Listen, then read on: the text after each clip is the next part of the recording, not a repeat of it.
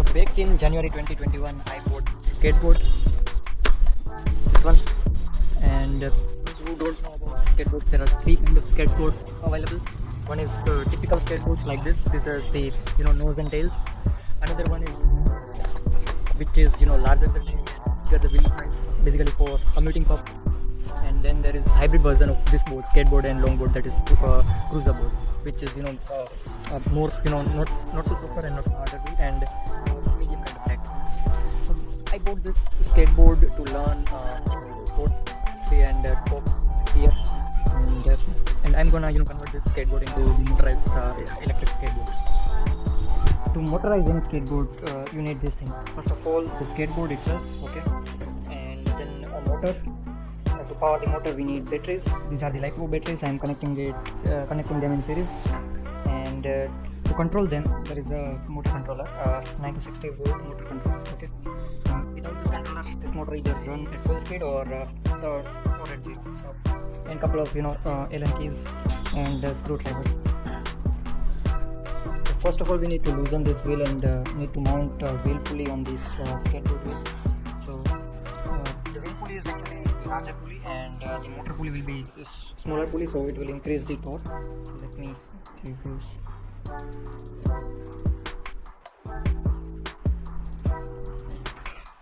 With the help of my father, I am able to mount this wheel pulley. So basically you need to drill these specific holes, and over here you need to mount a aluminum plate, and need to tighten this screw all the way in the pulley. So this is 60 teeth pulley, and in my motor this one is the 20 teeth pulley, and this one is 60 teeth. So basically the gear ratio is 3 now, and meaning I am able to get the 3x torque. Okay, and there will be a timing belt. So basically it will run through the motor to all the way pulley, and we also need a motor mount. Okay, so you need to take a measurement of the your truck size, diameter, and how much space you have. So I just did a rough artwork. Like my truck size is 8 to 10 millimeter, and my motor pulley needs 20 millimeters of the hole, and that way we can build the aluminum mount. So I have already give this design to my father, and he able to carve this aluminum plate. So again, this one goes into truck, and this one is for the motor. So as of now, it's DC 775 motor, so I'm not sure whether it can pull 50 kg or 60 kg weight. This is my wheel, and I need to insert this into my truck first, and then wheel. I might need to add spacers because it will touch the motor mount and will ruin the ride. Okay, so to tighten this motor mount, you need this type of screw that will tighten it with the truck. So and you need Allen key to tighten it more.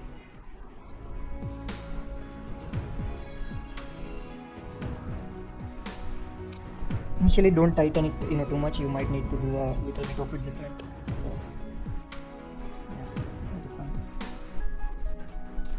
Okay, so then we need to mount the motor. Before that, I will work on this your motor mount like this, and then based on your position, you need to mount it. So the screw and vice versa also.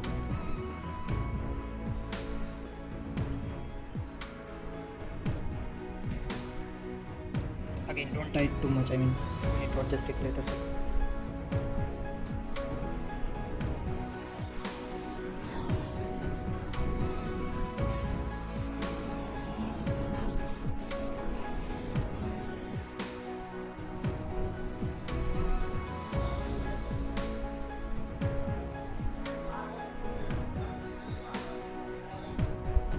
Okay, so based on your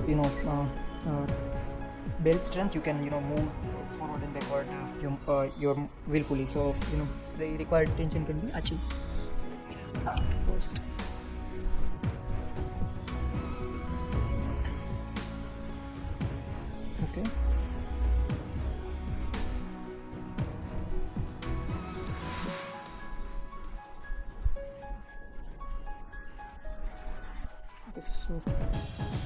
now they are aligned. Also, if you need, you can anyway add a spacers as well.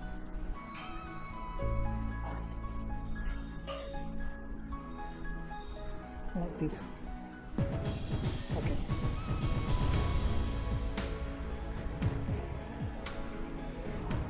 So first you to how would you mount the belt? You need to first start with the motor pulley and then try to stretch a bit and roll the wheels.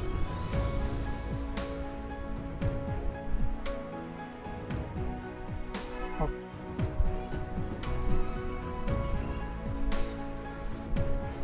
Perfect.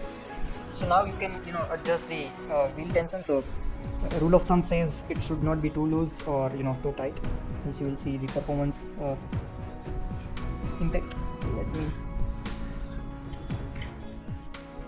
loose this motor mount a bit and stretch the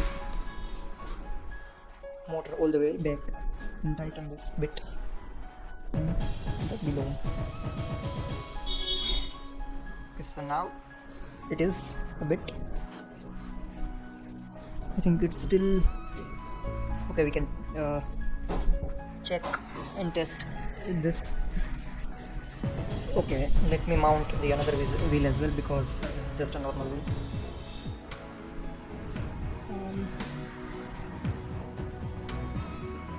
Okay.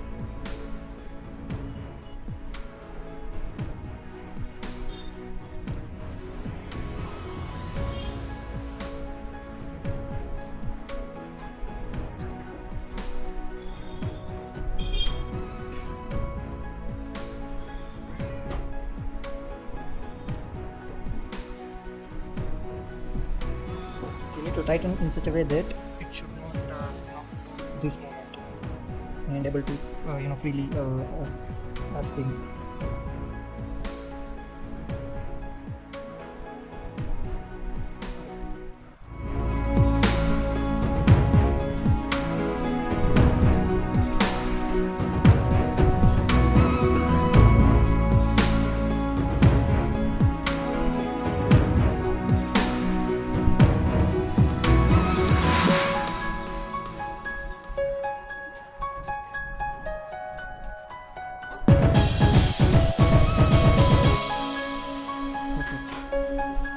So to run the test, I'm connecting 3S battery in series.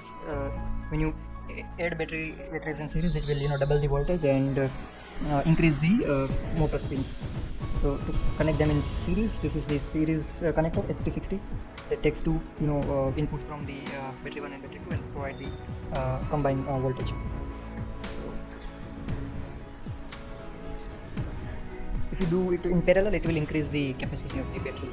That's the difference. If you need more miles, then connect it in parallel. If you need more, revolution per second, RPM or revolution per minute, then connect it in series. So this is the motor controller. Unwind. Again, that takes the input from the battery and provides the connection to the motor, and this particular knob will increase or decrease the speed. Okay, so let's put aside this particular battery and we're gonna mount this over here. Let me actually mount it.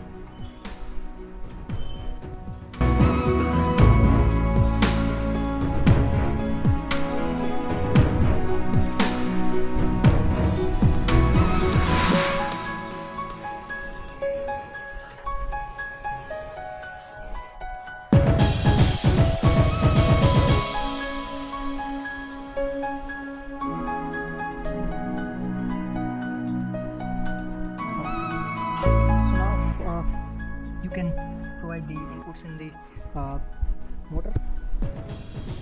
You can connect any wire. Just if the motor spins in reverse direction, just switch the exchange the wire. That's it. Okay. As of now, I haven't mounted this battery on the skateboard deck, but we can definitely create the plastic container to stick it to the skateboard. Okay. So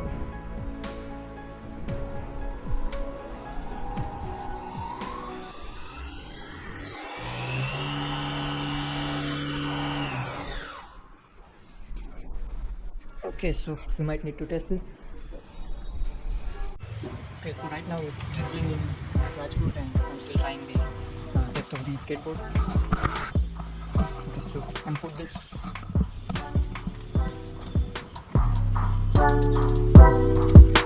Okay,